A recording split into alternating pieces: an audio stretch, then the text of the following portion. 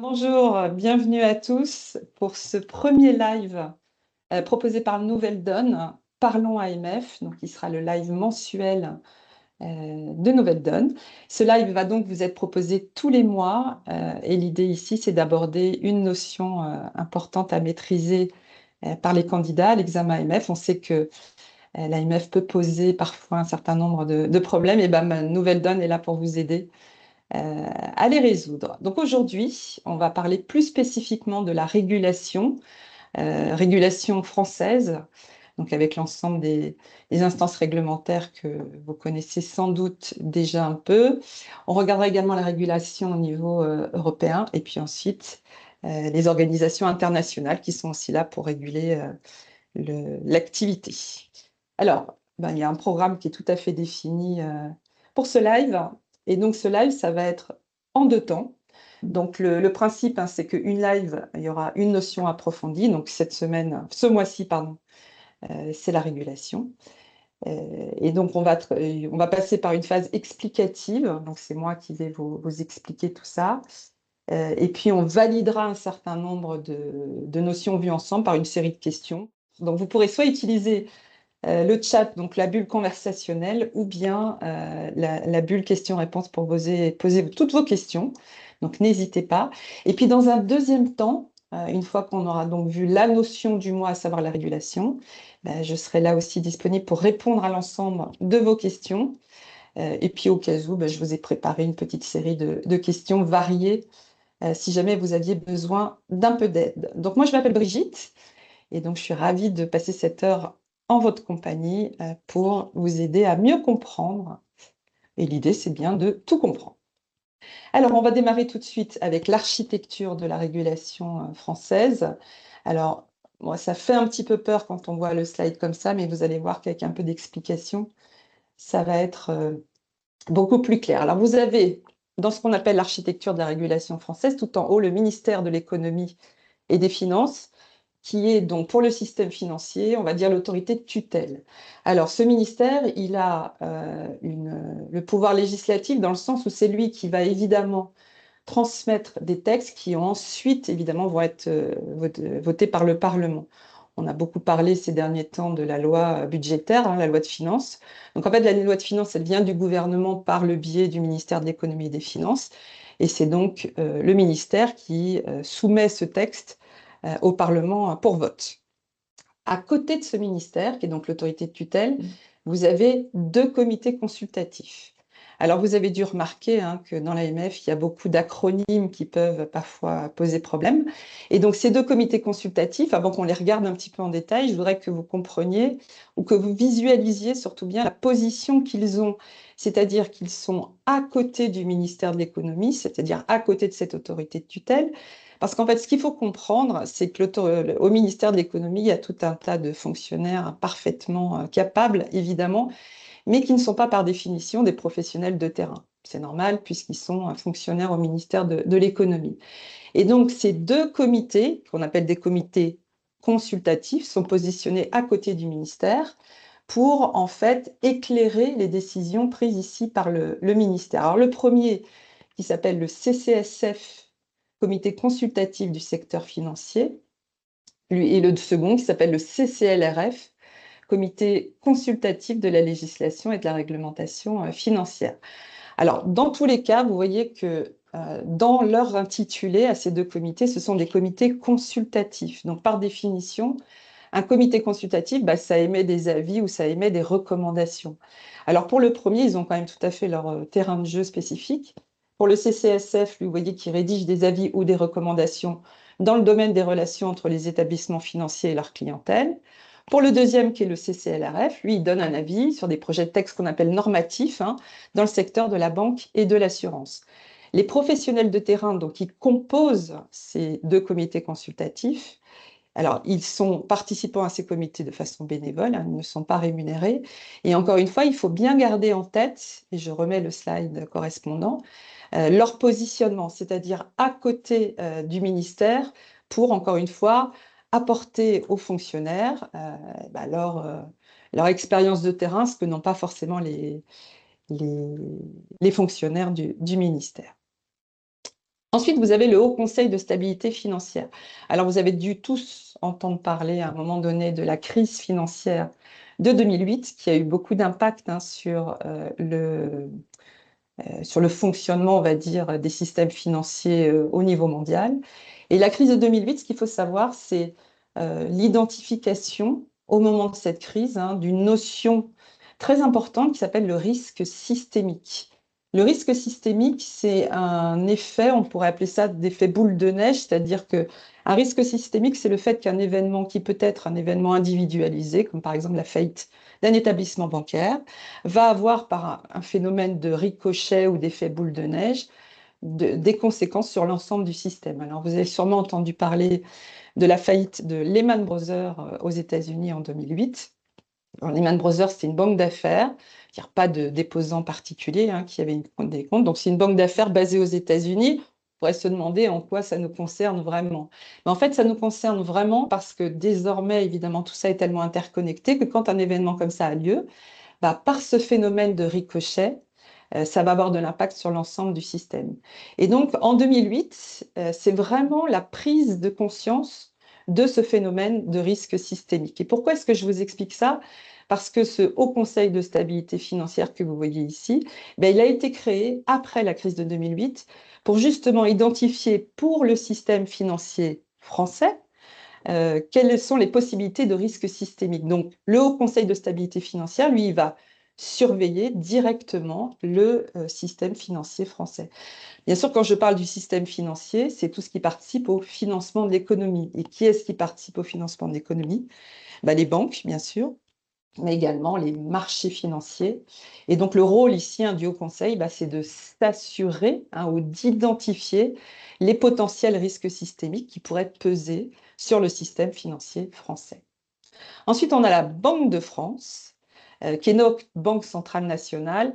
Alors, on le verra sans doute dans un prochain live, le positionnement de la Banque de France au sein de l'Union européenne. Elle fait partie de ce qu'on appelle l'eurosystème et donc applique notamment les décisions de politique monétaire de la Banque de France, de la Banque centrale européenne, pardon. Et puis ensuite, on a nos deux régulateurs que sont l'ACPR et l'AMF. Alors, l'ACPR, l'autorité de contrôle prudentiel et de résolution. Alors, pour vous aider sur les... Alors, attendez, je vois que j'ai une question qui est... Ah oui, Benoît qui me demande si la Banque de France est une banque comme les autres. Pas vraiment, ce n'est pas une banque dans le sens où on ne peut pas ouvrir un compte à la Banque de France. La Banque de France, c'est notre banque centrale et encore une fois, elle va être chargée notamment d'appliquer les décisions de politique monétaire issues notamment de la Banque centrale européenne. Donc, je reviens à mes deux régulateurs que sont l'ACPR et l'AMF. Donc, l'autorité de contrôle prudentiel et de résolution. Franchement, pour répondre aux questions de l'AMF, vous avez 4 choses à retenir sur l'ACPR. La première chose, c'est le lien, vous voyez, entre la Banque de France et l'ACPR. Le gouverneur de la Banque de France est aussi le patron de l'ACPR. Donc ça, c'est le premier élément à avoir en tête. Le deuxième élément à avoir en tête, c'est que l'ACPR va agréer, contrôler, surveiller, sanctionner tout ce qui est du secteur des banques et tout ce qui est du secteur des assurances. Donc quand vous aurez une question sur qui agrée, qui contrôle, qui surveille, qui sanctionne les banques ou les compagnies d'assurance, ce sera forcément l'ACPR.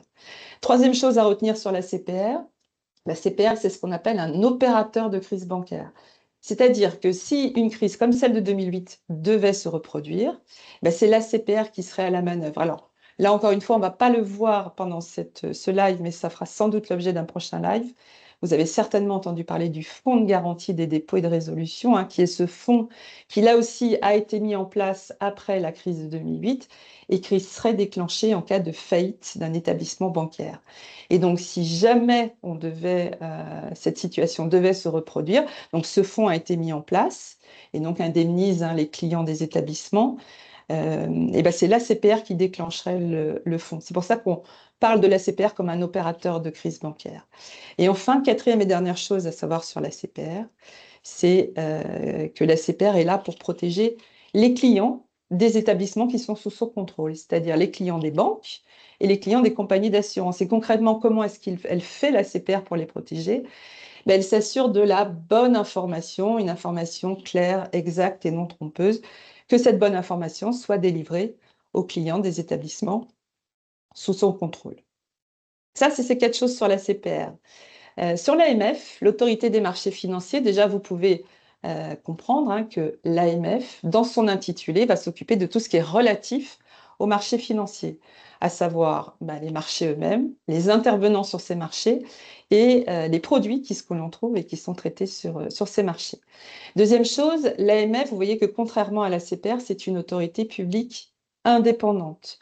Elle n'appartient à aucune institution telle qu'on peut les connaître ou qui sont exprimées ici dans ce slide. Mais en fait, je crois que la chose la plus importante que vous devez retenir sur l'AMF, c'est son rôle premier qui est la protection de l'épargnant. Et quand je parle de l'épargnant, hein, je parle de peut-être vos clients, si on a des banquiers autour de la table, c'est-à-dire monsieur et madame Michu, hein, épargnants particuliers, qui ont un peu d'épargne à faire fructifier, qui aimeraient bien aller un peu sur les marchés financiers. Peut-être que l'épargne bancaire est déjà complète, ou bien encore une fois, ils ont envie d'aller sur autre chose, sauf que ils trouvent ça compliqué, ils n'y comprennent pas grand-chose, ils trouvent ça risqué, ils n'ont pas tout à fait tort. Donc en fait, l'AMF, ce que je veux vous dire, c'est que l'AMF va protéger en particulier cette catégorie de clients. C'est-à-dire qu'on retrouvera l'AMF à chaque fois que des marchés, des intervenants ou des produits vont s'adresser en particulier à cette typologie de clientèle. Donc c'est pour ça qu'on retrouve notamment l'AMF sur tout ce qui est la délivrance des agréments aux sociétés de gestion de portefeuille. Parce que les sociétés de gestion de portefeuille, elles vont proposer des services de gestion de portefeuille et notamment ce qu'on appelle la gestion collective par le biais des OPC, organismes de placement collectif, qui sont en fait de l'investissement indirect sur les marchés financiers. C'est-à-dire que pour les autres investisseurs, bien sûr que l'AMF, elle va les surveiller et si jamais ils ne respectent pas les règles, elle va les sanctionner. Mais du côté des clients particuliers, alors bien sûr que si un client particulier ne respecte pas les règles, il sera de la même façon sanctionné. Mais en fait, l'AMF va s'assurer qu'on ne cherche pas à abuser de la méconnaissance ou du désintérêt parfois des clients particuliers relativement au marché financier. Donc, je vous ai dit qu'on va retrouver l'AMF sur tout ce qui est société de gestion de portefeuille. On va retrouver aussi l'AMF, par exemple, sur les cryptoactifs ou bien sur les biens divers, qui sont tous ces investissements décorrélés des marchés et qui vont nous permettre d'investir sur des produits décorrélés. Donc voilà, je regarde s'il y a une autre question. Pas pour l'instant. Alors, ce que je vous propose, on va passer une petite série de questions. Ce que je vais vous demander, encore une fois, c'est d'utiliser le chat pour pouvoir apporter votre réponse. Et donc ça, c'est pour valider les notions que l'on vient de voir ensemble. Donc la première, c'est quel est l'organe de tutelle et de contrôle des marchés financiers en France? Donc vous pouvez me répondre soit A, la CPR, soit B, l'AMF, soit C, la Banque de France. Allez, je vous laisse quelques secondes pour faire ça.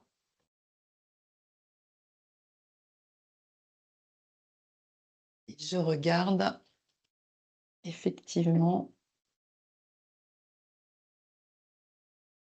Et ça me paraît. Alors c'est le A, c'est le B, pardon, autant pour moi. J'étais en train de regarder une mauvaise réponse. Alors effectivement, l'organe de tutelle et de contrôle des marchés financiers en France, c'est l'AMF. Parce qu'en fait, la CPR va être particulièrement en charge de réguler les banques et les compagnies d'assurance. Mais pour tout ce qui est marché financier, c'est bien sûr l'AMF. Deuxième question. Quel organisme décide des dispositifs de résolution applicables aux banques défaillantes? Alors, on vous propose la cellule TRACFIN, on propose en B la CPR ou en C, subordonnée à l'autorité des marchés financiers. Alors, le A, le B ou le C? Je regarde les réponses. Alors, j'ai du TRACFIN. Oui, alors c'est la CPR. Alors effectivement, je vois que Valérie me demande pourquoi c'est pas TRACFIN. C'est vrai qu'on a souvent envie de répondre à cette question, c'est-à-dire qu'à partir du moment où on parle de dispositifs de résolution applicables aux banques défaillantes, on envisage parfois qu'on parle ici de lutte anti-blanchiment, ce qui n'est pas le cas, hein. Ce qui est évoqué ici, c'est qui, en fait, en gros, que veut dire cette question? C'est qui déclencherait le fonds de garantie des dépôts en cas de besoin. Et donc, comme on l'a vu tout à l'heure, hein, qui est-ce qui va déclencher ça? C'est la CPR, qui est donc un opérateur de crise bancaire. Troisième question, quel est le statut de l'AMF? Alors, on vous propose A, une autorité publique indépendante, B, un département du ministère de l'économie et des finances, ou C, un département de la Banque de France. Allez, je vous laisse répondre aux quelques questions. Ah, voilà, je crois que c'est un carton plein, effectivement, hein, c'est bien une autorité publique indépendante. Bravo pour ces bonnes réponses. On avait vu, hein, contrairement à la CPR qui, elle, est adossée à la Banque de France, l'AMF est bien une autorité publique indépendante. Quatrième question, quels sont les organes collégiaux de l'AMF? Alors, on vous propose un collège et des commissions consultatives, B, un collège et une commission des sanctions, ou C, un collège, une commission des sanctions et des commissions consultatives. A, B ou C? Alors, je surveille d'un œil les réponses qui sont apportées. Alors, eh ben, c'est la C, effectivement, hein, c'est un collège, une commission des sanctions et des commissions consultatives. Alors, Géraldine me demande si je peux lui en dire un peu plus sur la commission des sanctions. Alors oui, effectivement, l'AMF, c'est une grande boutique, placée ici, place de la Bourse, et donc dans laquelle on va retrouver un collège qui serait donc ce qu'on appellerait l'exécutif, hein. Les commissions consultatives, bah, ça fonctionne un peu comme ce que je vous ai expliqué tout à l'heure, hein, sur les comités consultatifs à côté du ministère de l'économie. Mais en fait, c'est pareil. Ce qu'il faut comprendre, c'est qu'à l'AMF, on a en particulier tout un tas de gens parfaitement bien câblés, comme on dirait, sauf que là aussi, par définition, ce ne sont pas des professionnels de terrain. Donc, ils doivent travailler avec ces professionnels de terrain par le biais de ces commissions consultatives, hein, notamment pour être au fait de ce qui se passe sur les marchés et des évolutions. Je vais vous donner un exemple, vous allez comprendre parfaitement, hein. Si on évoque le marché des crypto-actifs, hein, le Bitcoin et confrères, il y a 10 ans, c'était quelque chose qui représentait quasiment rien. Aujourd'hui, on voit bien l'importance que ça a pris. Et donc, bah, l'AMF est obligée de travailler avec des professionnels de ce secteur-là, dans le biais de ces commissions consultatives, pour mettre là aussi en place des régulations, des réglementations qui aient du sens, qui aient un lien avec la réalité du terrain. Et je reviens sur la commission des sanctions et la question de Géraldine. Bah, la commission des sanctions, puisque dans son rôle, tout comme la CPR d'ailleurs, hein, dans son rôle, l'AMF sanctionne ceux qui ne respectent pas les règles. Donc, il y a une commission des sanctions qui a lieu en général une fois par mois. Vous pouvez tout à fait aller faire un tour sur le site de l'AMF et sur le site du commission de... Il y a un onglet, hein, sur la commission des sanctions et regarder un peu les sanctions qui sont prononcées. Donc, en fait, ça se passe un peu comme un tribunal. On peut y assister d'ailleurs, hein, oui, hein, comme dans un tribunal. On peut assister à cette commission des sanctions. Celui qui est mis en cause va venir avec son avocat, la commission va statuer sur les faits et prononcer un certain nombre de sanctions qui peuvent être d'ordre administratif, c'est-à-dire des retraits d'agrément, des suspensions, etc., ou qui peuvent être des sanctions financières, c'est-à-dire des amendes principalement. Et vous pouvez aller voir, l'AMF d'ailleurs s'est targuée il y a quelque temps d'être l'autorité européenne qui a distribué le plus d'amendes en 2025. Et je peux vous dire qu'elle ne s'en prive pas. Question suivante, l'autorité de contrôle prudentiel et de résolution doit veiller à la protection de l'épargne investie dans les instruments financiers, B, à l'information des investisseurs et au bon fonctionnement des marchés d'instruments financiers, ou C, à la préservation de la stabilité du système financier et la protection des clients. Donc A, B ou C. Ça me paraît bien. Je vois tout un tas de C, et c'est effectivement ça, hein. La CPR, elle est là pour veiller à la préservation de la stabilité du système financier. C'est un élément, un agent majeur, hein, dans le cas de résolution de crise bancaire et à la protection des clients, puisqu'encore une fois, elle veille à ce qu'une bonne information soit délivrée auprès de ces derniers. Le rôle principal du CCSF. Comité consultatif du secteur financier, donc on vous propose A, agir en tant que médiateur en cas de litige entre un établissement de crédit et un client, B, et dicter des règles d'application des lois en matière financière, ou C, proposer des mesures d'amélioration des relations entre les établissements de crédit et leurs clients.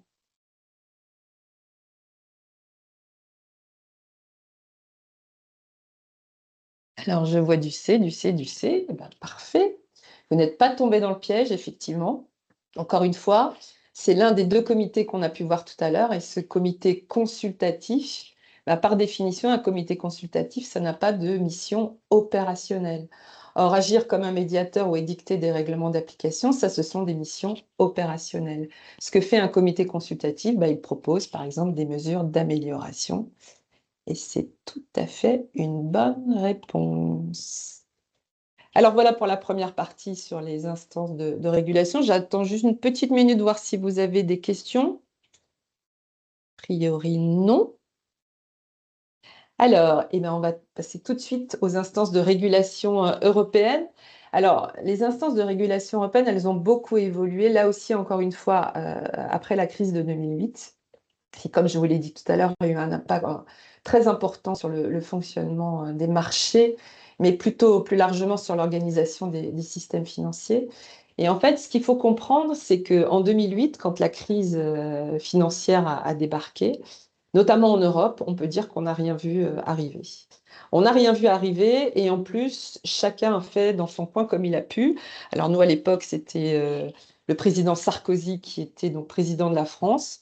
Lui, il a mis en place notamment, il a recapitalisé les banques avec des fonds publics pour éviter la faillite d'un certain nombre d'établissements bancaires. Si je prends la chancelière allemande, à l'époque, c'était Madame Merkel, elle a fait différemment. En Italie, on avait un Premier ministre, lui, il a fait autre chose. Et en fait, les leçons qui ont été tirées après ça, c'est de se dire que si on a une Union européenne qui existe, c'est quand même un peu idiot de ne pas avoir cette réponse commune qui donc aurait du sens au niveau de l'Union européenne. Donc a été créée en 2014 l'Union bancaire européenne, qui en fait repose sur deux piliers. Et c'est ces deux-là que je voudrais voir avec vous aujourd'hui. Le premier, en fait, il y a deux aspects dans l'Union bancaire européenne. C'est on va se mettre à surveiller le système et identifier le fameux risque systémique ou les risques systémiques, comme on a vu tout à l'heure.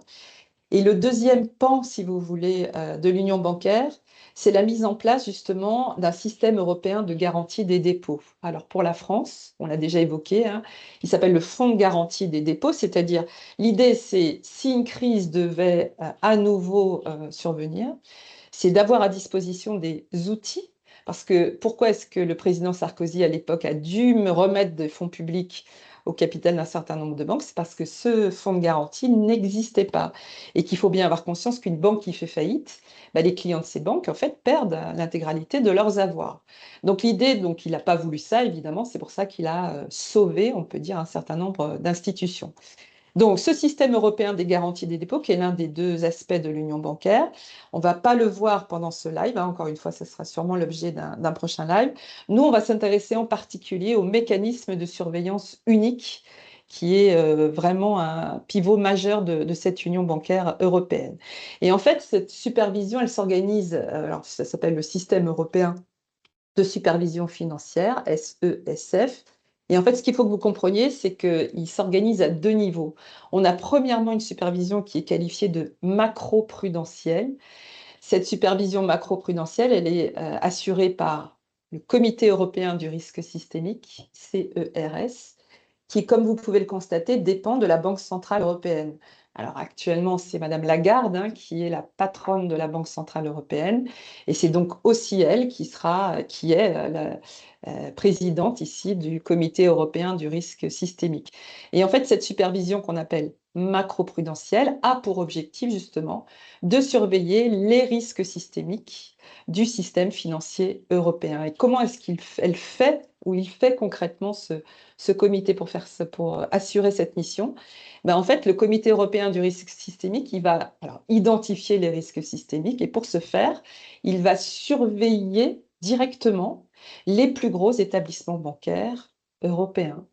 Il y en a à peu près une vingtaine hein, qui sont directement surveillés par le CERS, parce qu'évidemment, on considère que si l'un de ces établissements faisait faillite, eh ben, ça poserait sans doute des problèmes en termes de risque systémique. Donc ça, c'est le premier niveau de risque qu'on appelle macro-prudentiel. Ensuite, on descend d'un niveau et on parle d'une supervision à ce moment-là micro-prudentielle qui s'organise autour de 3 autorités européennes.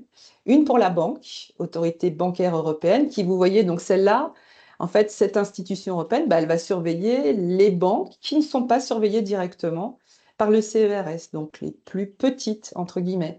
On a une autorité européenne des assurances, qui va s'intéresser aux compagnies d'assurance, et une autorité européenne des marchés financiers, AEMF. On retrouvera souvent dans les questions de l'AMF sous le sigle de ESMA, mais ça veut dire la même chose.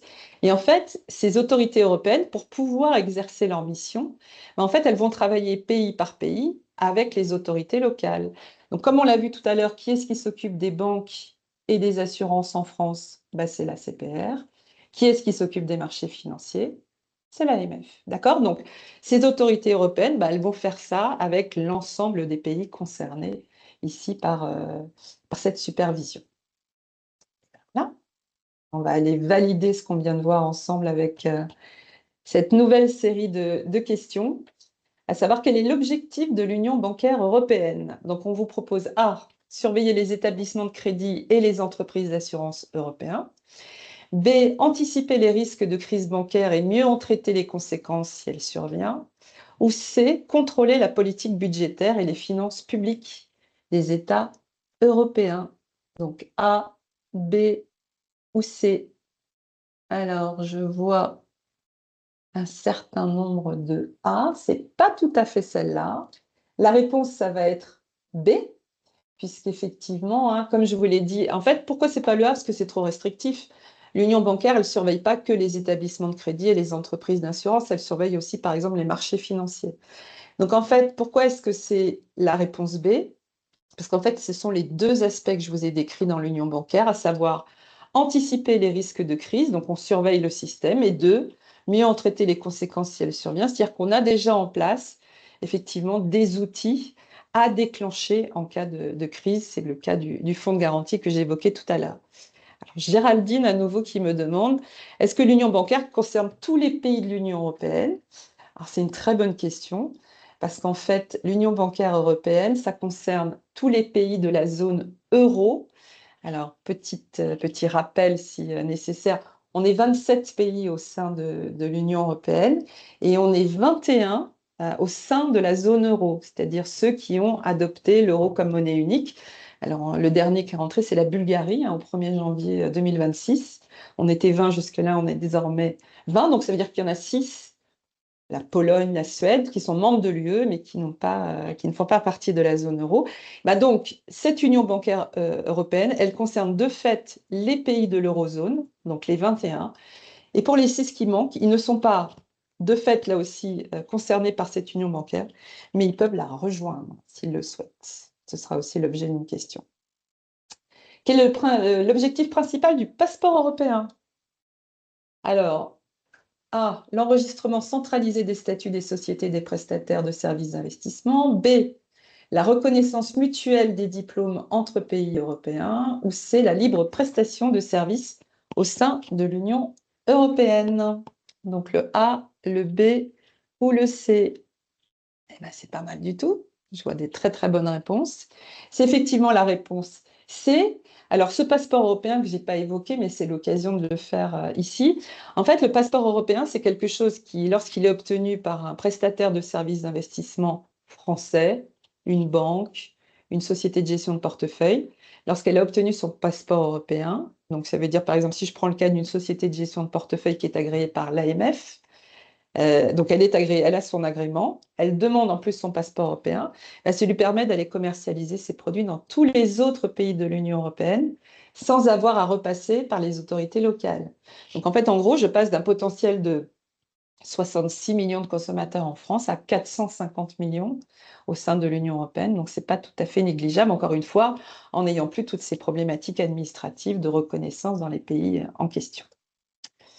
Parmi les institutions suivantes, laquelle fait partie du système européen de surveillance financière, SESF?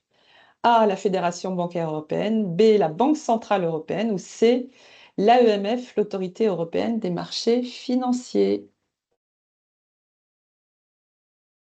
Alors, je vois des réponses arriver. Ben oui, c'est très bien, effectivement, c'est bien l'Autorité européenne des marchés financiers ou ESMA, hein.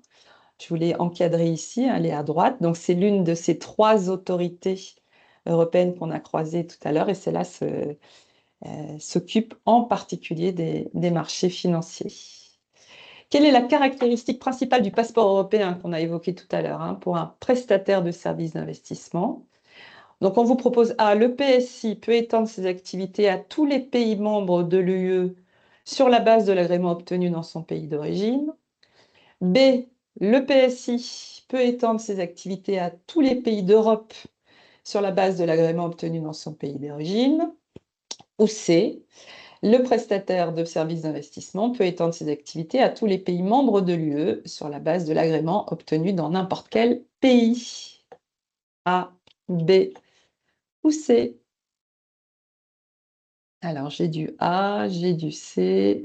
C'est vrai que j'avoue que celle-là, elle est pas facile, hein. C'est le A. Effectivement, alors c'est bien, elle peut étendre ses activités à tous les pays membres de l'UE et non pas tous les pays d'Europe. Déjà, hein, tous les pays d'Europe ne sont pas membres de l'UE. Donc la B, mais je crois qu'il n'y avait personne qui m'avait répondu la B. Et la C, effectivement, il faut avoir obtenu son agrément dans son pays d'origine et pas dans n'importe quel pays, hein. C'est ce qui différencie la A et la C. Il y avait une question. Mais oui, pardon. Valérie, elle veut savoir ce qu'est le passeport européen. Alors, je l'ai expliqué tout à l'heure, peut-être que j'ai pas été tout à fait claire. Le passeport européen, effectivement, c'est ce truc qui permet à un PSI, globalement, qui a obtenu ses agréments dans son pays d'origine, plus le passeport européen, de pouvoir commercialiser ses produits dans tous les autres pays de l'Union européenne. Comment fonctionne le système européen de surveillance financière, SESF? Alors, on vous propose A, il s'agit d'un dispositif qui repose sur la création d'un corps européen d'inspection des banques. B, ce dispositif est organisé en réseau autour de l'Union bancaire européenne et du Comité européen des valeurs mobilières. Ou C, ce dispositif est organisé en réseau autour de 3 autorités européennes, AES, des autorités nationales et du CERS, Comité européen du risque systémique. Alors, effectivement, je vois des bonnes réponses arriver.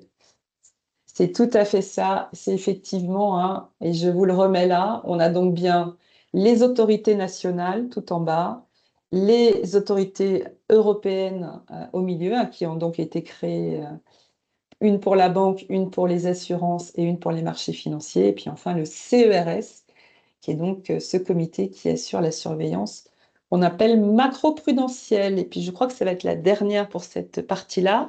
L'autorité bancaire européenne, elle a pour objectif A, de sauvegarder la stabilité et l'efficacité du système bancaire et se focalise particulièrement sur tout risque présenté par des établissements financiers dont la défaillance risque d'entraver le fonctionnement du système financier ou de l'économie réelle, j'en perds mon souffle. B, de créer un fonds commun de recouvrement de toutes les dettes européennes, ou C, de superviser l'AMF. Ah oui, je crois que c'est un carton plein, effectivement, sur les A, hein. C'est bien son rôle, hein, comme à l'ensemble des autres autorités européennes qui ont été créées.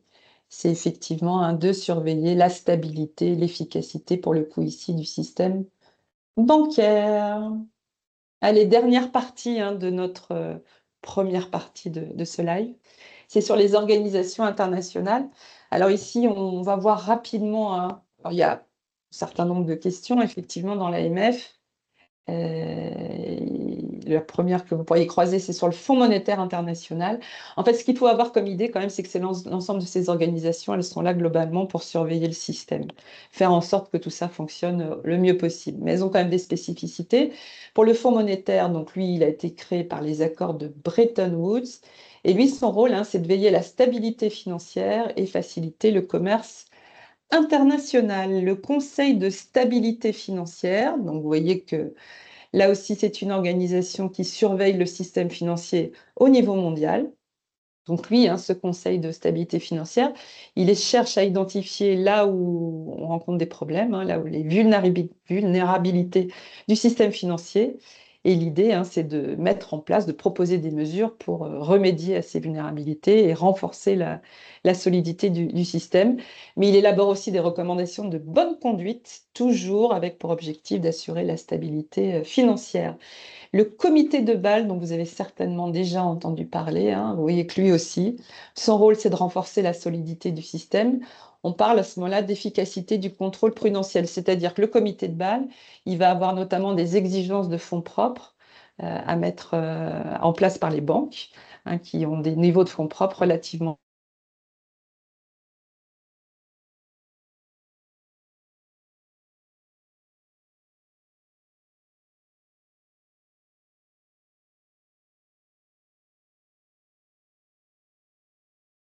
de valeur. Donc ça, c'est une organisation qui met en place, met en œuvre des normes ou des standards en matière de réglementation et de surveillance sur des marchés qu'on appelle des marchés de valeurs mobilières, hein. Les valeurs mobilières, je vous le rappelle, c'est tout ce qui est actions, obligations, titres du marché monétaire. Et donc l'idée, c'est de normaliser, standardiser tout ce qui est réglementation et surveillance de ces marchés au niveau mondial pour améliorer bon, encore une fois, l'efficacité de tout ça. Allez, dernière série de questions sur cette dernière partie. Alors, de qui relève l'élaboration des standards internationaux sur les marchés de valeurs mobilières? Je vous donne un petit truc, on vient de le voir. A, c'est l'OICV, Organisation internationale des commissions de valeurs. B, c'est le Forum financier international. Ou C, le Comité de Bâle. Alors, je vois du A, je vois du C. Alors, c'est pas le comité de Bâle, qu'on vient de voir aussi, je vous l'accorde. C'est l'OICV. Bon, bah ça, toutes ces questions de l'AMF, hein, pour ceux d'entre vous qui allaient le passer prochainement, il faut vraiment les refaire souvent pour s'en souvenir, parce que c'est pas évident. Quelle est la mission du FMI, Fonds monétaire international? La mission essentielle. On vous propose A, veiller à la stabilité financière et faciliter le commerce international. B, assurer la coordination entre régulateurs nationaux et internationaux dans le domaine de la banque et de l'assurance. Ou C, faciliter les travaux d'analyse des investisseurs internationaux. Alors, bah oui, je crois qu'ici, on est pas mal du tout. C'est effectivement la réponse A, c'est veiller à la stabilité financière et faciliter le commerce international. Et là aussi, on ne doit pas être bien loin de la dernière. Quelle est la mission principale du comité de Bâle? Alors, on vous propose A, contribuer à l'amélioration de l'état du monde financier en réunissant régulièrement les acteurs internationaux. B, renforcer la solidité du système financier mondial, l'efficacité du contrôle prudentiel et la coopération entre les régulateurs. Ou C, mettre en place des outils de communication entre pays pour limiter au maximum la fraude fiscale. Ah oui, je vois que j'ai des bons élèves autour de la table. C'est effectivement la réponse C. Alors, je vois qu'il y a une question de Benoît qui veut savoir s'il y a beaucoup de questions sur les organisations internationales dans l'AMF. Alors oui, Benoît, il y en a quelques-unes, je ne vais pas vous dire le contraire. Et effectivement, même si, pour le coup, je pense qu'il vaut mieux comprendre les questions que les apprendre par cœur, j'aurais petite recommandation, hein, sur ces questions relatives aux organisations internationales. Je vous recommande de les repérer et peut-être d'apprendre la réponse par cœur pour le coup, au moins pour celle-là, parce qu'effectivement, pas si facile que ça de s'en souvenir. Alors, il nous reste 20 petites minutes précisément. Alors, je voulais savoir s'il y avait des questions particulières auxquelles je pouvais répondre. Sinon, si vous n'en avez pas, ou pas tout de suite, on peut là aussi commencer à faire une petite série de questions qui vont couvrir, alors là, des sujets plus larges que ce qu'on a vu jusqu'ici, hein, puisque l'idée, c'est d'aller faire un petit tour rapide sur les autres thématiques sans rentrer forcément complètement dans le détail, mais pour vous donner l'eau à la bouche, et parce que tout ça fera l'objet de prochains lives. Parlons AMF, proposé par Nouvelle Donne. Alors, alors oui, Donc, les questions sont-elles représentatives de la difficulté de l'examen? Alors, c'est sûr que là, sur le thème 1, bah, je vous ai mis beaucoup de questions sur le thème 1, alors que de mémoire, sur ce thème 1, dans l'examen, vous aurez 14 questions. Et sur la partie régulation directement, j'ai pas le chiffre, mais je pense que vous devez en avoir 5. Peut-être sur l'ensemble des questions qu'on a vues, là, on a dû en faire pas loin d'une douzaine. Le jour d'examen, vous en aurez 5 ou 6 maximum, hein, je dirais. Je n'ai pas le chiffre exact en tête, mais je sais que le thème 1, c'est 14 questions sur les 120. Et sur ces 14 questions, parce que le thème 1, ça n'est pas uniquement que la régulation, hein, vous aurez aussi des choses sur les intermédiaires, notamment, qu'on n'a pas abordées pendant ce live. Mais sinon, ce sont des questions tirées de la base AMF, hein, si votre question part posée également là-dessus. Merci pour votre question. Autre chose? Non?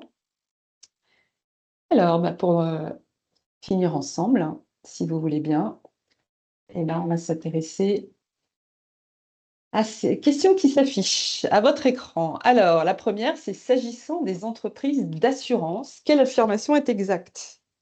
Alors, on vous propose A, les entreprises d'assurance peuvent proposer des instruments financiers. B, les entreprises d'assurance sont des intermédiaires en opérations de banque et services de paiement, plus communément appelés des IOBSP. Ou C, les entreprises d'assurance peuvent être des intermédiaires en bourse sur les marchés organisés. A, B ou C. Pas évidente celle-là, hein, pour le coup. Alors, ben c'est la réponse A, effectivement. Alors oui, les entreprises d'assurance peuvent proposer des instruments financiers, hein, par le biais notamment des contrats d'assurance vie, tout simplement, hein, qui sont libellés en UC. Et donc les UC, ce qu'on appelle les unités de compte, hein, ce sont de l'investissement indirect sur les marchés financiers. Alors, ce n'était pas la B, puisque une entreprise d'assurance, ça n'est pas un IOBSP. Un IOBSP, c'est un courtier, en fait, hein, c'est la catégorie des courtiers. Et les entreprises d'assurance peuvent être des intermédiaires en bourse sur les marchés organisés. La réponse, c'est non. Mais encore faut-il le savoir. Quel est le champ d'intervention de la conformité pour un PSI? On vous propose A, la supervision de certaines opérations comptables, B, tous les secteurs d'activité du PSI, ou C, les opérations des salles de marché. A, B ou C. Alors, je vois du B, je vois du B. Oui, effectivement, hein, la conformité, c'est le bon respect des textes, des lois et des règlements en vigueur. Et donc, il y a quelqu'un chez les PSI. Hein, alors, qu'est-ce que c'est un PSI rapidement, hein, c'est soit une banque, banque d'affaires, banque de détail, soit globalement une société de gestion de portefeuille. Ça, ce sont des institutions qui ont ce qualificatif de PSI. Un PSI, c'est ce statut-là qui permet de proposer ce qu'on appelle des services d'investissement. Et donc, il y a un métier à l'intérieur des PSI qui s'appelle le métier de responsable de la conformité. Effectivement, son rôle à lui, hein, c'est de s'assurer du bon respect des textes, des lois et des règlements en vigueur par l'ensemble des activités et l'ensemble du personnel qui travaille pour le PSI. Évidemment, ce champ d'intervention, hein, du responsable de la conformité, c'est tous les secteurs d'activité sont concernés. Tous les secteurs d'activité d'un PSI doivent respecter, et ça peut se comprendre, hein, les textes, les lois et les règlements en vigueur. Alors, qui exerce le pouvoir de sanction en cas de manquement aux obligations de déclaration à Tracfin pour les banques? On vous propose A, l'AMF, B, OICB, qu'on appelle aussi IOSCO en anglais, ou C, l'ACPR. A, B ou C? Alors, j'ai du A, j'ai du C, j'ai du C. C'est effectivement la CPR, puisqu'effectivement, qui est-ce qui s'occupe des banques et des compagnies d'assurance? C'est la CPR. Si vous aviez eu la même question, qui exerce le pouvoir de sanction en cas de manquement aux obligations de déclaration à Tracfin pour les sociétés de gestion de portefeuille, là, ça aurait été l'AMF. Mais comme on évoque les banques, c'est-à-dire que la CPR régulièrement va aller faire des missions d'audit, hein, dans les banques pour s'assurer de la bonne implication de l'ensemble des procédures de lutte anti-blanchiment, hein, au niveau des banques.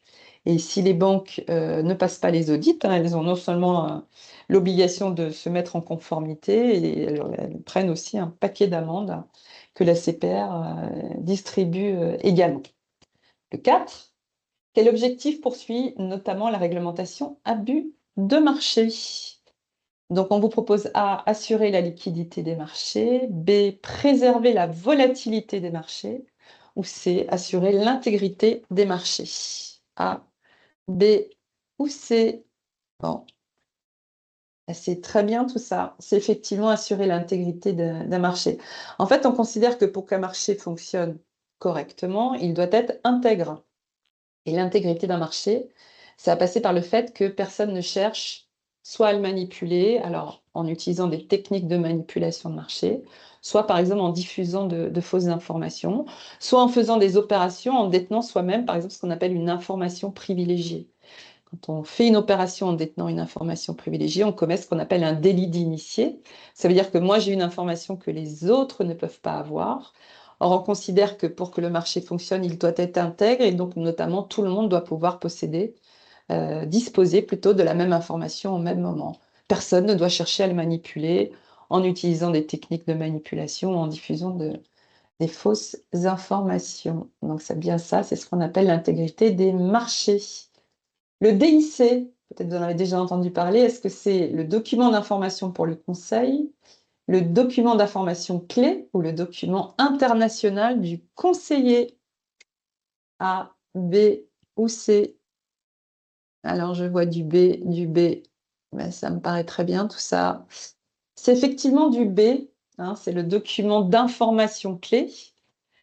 Qui est donc le document précontractuel qui doit être obligatoirement remis, hein, dans le cadre de commercialisation de produits tels que des OPCVM ou des obligations à formule, par exemple, hein. Le conseiller va devoir remettre obligatoirement, préalablement à la souscription au client, ce qu'on appelle le DIC, qui est une version, en fait, résumée de ce qu'est le produit que le client est en train d'acheter. Là aussi, ça fera très certainement l'objet d'un live Parlons AMF parce que c'est un sujet très important.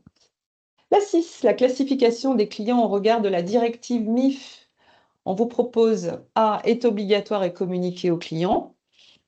B, est exclusive de toute autre segmentation. Ou C, ne doit pas lui être communiqué. A, B ou C. Alors, je vois du A, je vois du A, je vois du A. Effectivement, hein, ce qu'on appelle la classification, alors c'est une classification qui est un peu différente de celle qu'on connaît souvent à la banque, hein, où à la banque on a les clients particuliers et les clients professionnels. Au sens de la MIF 2, en l'occurrence ici, hein, les directives MIF, ce sont des directives européennes qui ont pour objectif, hein, d'harmoniser en fait les pratiques au sein des pays de l'Union européenne. Et donc la directive MIF, celle-là c'est la numéro 1 qui est entrée en vigueur en 2007, elle oblige les PSI à classifier leurs clients dans l'une des 3 catégories suivantes, à savoir clients non professionnels, professionnels et ce qu'on appelle les contreparties éligibles. Donc en fait, on est obligé de classifier ses clients et en plus, on doit informer le client de la catégorie dans laquelle il se situe, parce qu'en fait, de la catégorie du client dépend aussi la protection qui va lui être accordée. C'est-à-dire qu'en gros, si vous êtes classé client non professionnel, vous aurez la protection la plus importante.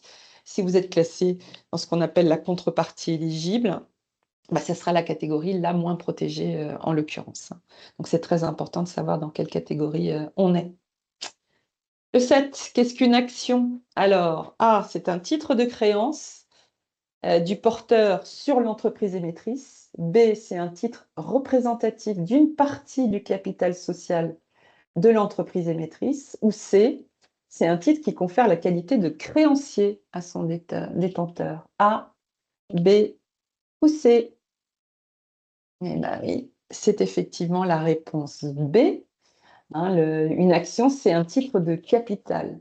Le titre de créance, vous pouvez retenir, hein, que c'est les obligations qui sont des titres de créance. En fait, quand j'émets une action, c'est que je vais ouvrir mon capital à des nouveaux propriétaires, hein. Il y a des nouveaux propriétaires qui vont venir avec moi propriétaires de mon entreprise. Donc, c'est-à-dire je vends une partie du capital. Donc, c'est un titre de capital. Alors que le titre de créance, c'est par exemple les titres obligataires, hein, où là, On va emprunter de l'argent sur un marché par le biais de ces titres de créance et notamment par le biais des obligations. La 8, qu'est-ce que l'horizon de placement? Alors, on vous propose A, il s'agit de l'objectif que se fixe un investisseur quant au rendement d'un produit financier, par exemple 2% sur un an. B, il s'agit du type de produit financier qu'un investisseur envisage d'acquérir, actions, obligations. Ou C, il s'agit de la durée pendant laquelle un investisseur envisage de détenir un produit financier. On parle de court, moyen ou long terme. Exactement, c'est la bonne réponse, effectivement, hein. C'est la réponse C. Et l'horizon de placement, c'est quelque chose qui est très important à définir. Alors, pour vous-même, si vous êtes épargnant, ou pour vos clients, si vous faites du conseil financier, puisqu'effectivement, en fonction de votre durée potentielle de placement, hein, c'est plutôt court, moyen ou long terme, ben, on n'ira pas du tout vers le même type de produit financier. Alors, on sait que notamment la durée, ça lisse le risque. Donc peut-être que si j'ai un investissement à un horizon de placement plutôt long terme, je peux me permettre d'aller vers des produits financiers plus risqués. Si à l'inverse, j'ai un horizon de placement court terme, exemple, je viens de vendre ma maison, j'ai récupéré 100 000 €, mais pour l'instant, j'ai pas trouvé de nouveaux biens immobiliers à acheter, je me suis mise en location, mais ces 100 000 €, il est bien entendu que, un, je veux pouvoir les récupérer rapidement et deux, je veux les récupérer en intégralité. Donc ça, c'est vraiment un horizon de placement court terme. Donc ça veut dire que sur cette somme d'argent, sur cette épargne, bah, je vais aller placer ça plutôt sur des produits financiers non risqués et avec de l'argent disponible. Donc c'est plutôt lorsque j'ai un horizon de placement court terme. Euronext. Alors, Euronext, c'est la société qui gère les marchés de la Bourse de Paris, hein, à Paris. Alors, est-ce que d'après vous, c'est A, une entreprise privée, une entreprise publique ou C, un service public? A, B ou C? Alors, je vois du A, je vois du B, je vois du C. Alors, c'est une entreprise privée. On fait souvent l'erreur, mais c'est une entreprise privée qui est elle-même cotée sur son propre marché.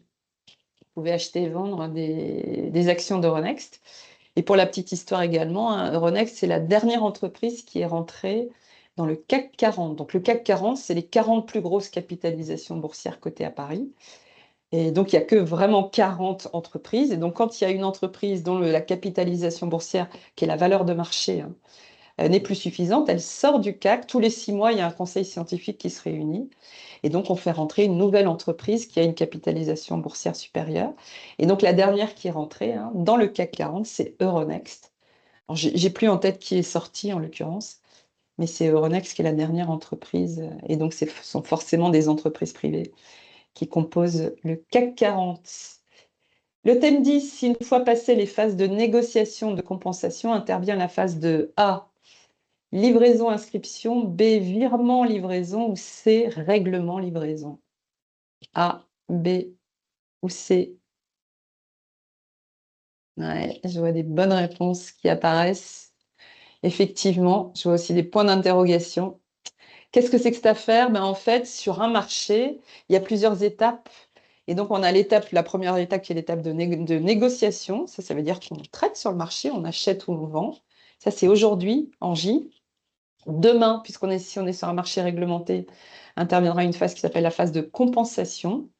La phase de compensation consiste principalement à éliminer ce qu'on appelle le risque de contrepartie. Et en J+2, donc aujourd'hui on est mardi, demain mercredi la compensation, jeudi interviendra ce qu'on appelle la phase de règlement livraison. Donc en gros, si vous avez acheté des actions, des titres, soit des actions ou autre chose, si vous avez acheté des titres, ces titres vont vous être livrés sur votre compte titre. Si à l'inverse vous avez vendu des titres, vous allez recevoir des espèces sur votre compte espèces correspondant à la vente que vous avez fait. Donc en fait, c'est important de bien connaître ces différentes étapes, parce que j'achète un titre aujourd'hui, mais je n'en serai réellement propriétaire que jeudi en J+2. C'est aussi c'est la date de transfert de propriété. C'est aussi ces dates-là qui sont importantes lorsqu'on calcule des choses au niveau fiscal, etc. Allez, il nous reste 2 questions. Alors, sur quel marché peut-on acheter et vendre des titres déjà créés? On parle A du marché primaire, B du marché secondaire ou C du marché tertiaire. A, B ou C. Eh ben, c'est le marché secondaire. Bravo à ceux qui le connaissent. Alors, le marché tertiaire, ça n'existe pas sur les marchés financiers, hein. On a 2 types de marchés qui s'appellent le marché primaire et le marché secondaire. Le marché primaire, c'est le marché sur lequel on émet les titres. Et le marché secondaire, c'est ce qu'on appelle la bourse, en fait, hein. C'est le marché sur lequel on va acheter ou vendre des titres qui ont été créés sur le marché primaire. C'est bien le marché secondaire. Et enfin, et on va arriver au terme de ce live, une petite question sur l'impôt. Alors, l'assiette de l'impôt sur la fortune, parce que ça existe toujours, ça a été modifié, mais ça existe toujours. On vous propose A, est fondée uniquement sur l'évaluation du patrimoine immobilier au 1er janvier de l'année d'imposition. B, sur l'ensemble du patrimoine au 1er janvier de l'année d'imposition. Ou C, uniquement sur l'évaluation du portefeuille boursier au 1er janvier de l'année d'imposition. A, B ou C. Je crois que c'est 50-50 à peu près ici, hein. C'est A, en fait, l'impôt sur la fortune.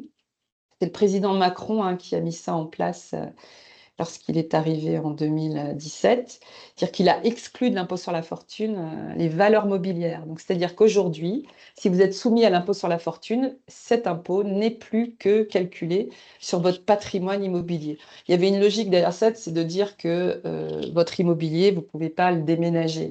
Alors que vos valeurs mobilières, hein, si on vous impose ici en France, bah, ce n'est pas si compliqué que ça d'aller le loger ailleurs, dans un autre pays qui ne vous appliquerait pas l'impôt en question. Et ben voilà, écoutez, j'étais ravie de passer cette heure en votre compagnie. Donc c'est rendez-vous le prochain live dans un mois. Vous recevrez, je vous encourage à suivre les communications de Nouvelle Donne sur les réseaux, LinkedIn, Instagram. Donc n'hésitez pas à vous abonner au réseau de Nouvelle Donne pour avoir la date du prochain live. Eh ben, merci beaucoup de votre participation et très bon après-midi. Merci.